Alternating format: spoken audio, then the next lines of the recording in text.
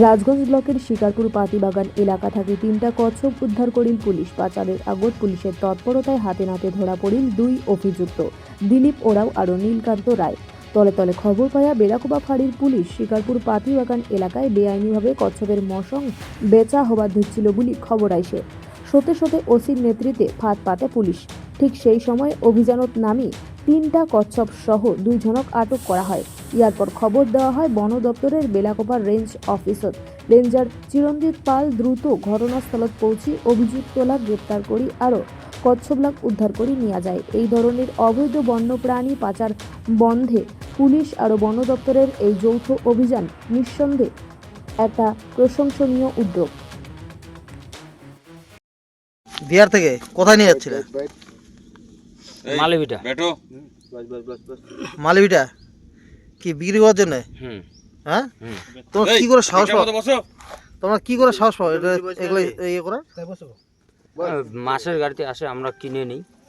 বিহার থেকে মাছের গাড়িতে আসে? কি নাম তোমার? নীলকান্ত রায়। কোথায় বাড়ি? বাড়ি দেমদাপাড়া। কত করে কেন আর কত করে বিক্রি করো? 800 কিনে 1200 বিক্রি করি কিলো। কতদিন থেকে করতেছো?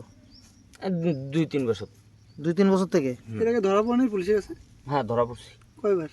একবার। আর এবার একবার? হ্যাঁ। এবার কটা মাল নিয়ে আসছো? এই 3টা। 3টা?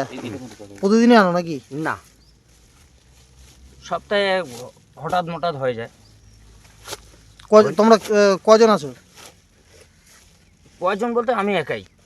এই আমার সাথে আজকে শুধু আসছে যে চল 3টা মাল কাটবো, একটু আমার চাপ হয়ে যাবে, তুই একটু হাত লাগাই দিবি। মাছের গাড়িতে আসে? হ্যাঁ। মাল কোথায় নামাইছো? মাল ইয়েতে নামে, কোথায়? সুপার মার্কেটে। সুপার মার্কেটে? শিলিগুড়ি? হ্যাঁ। মানে এরকম তোমার মতো তো আরো অনেকে ব্যবসা করে এরকম? হ্যাঁ, করে।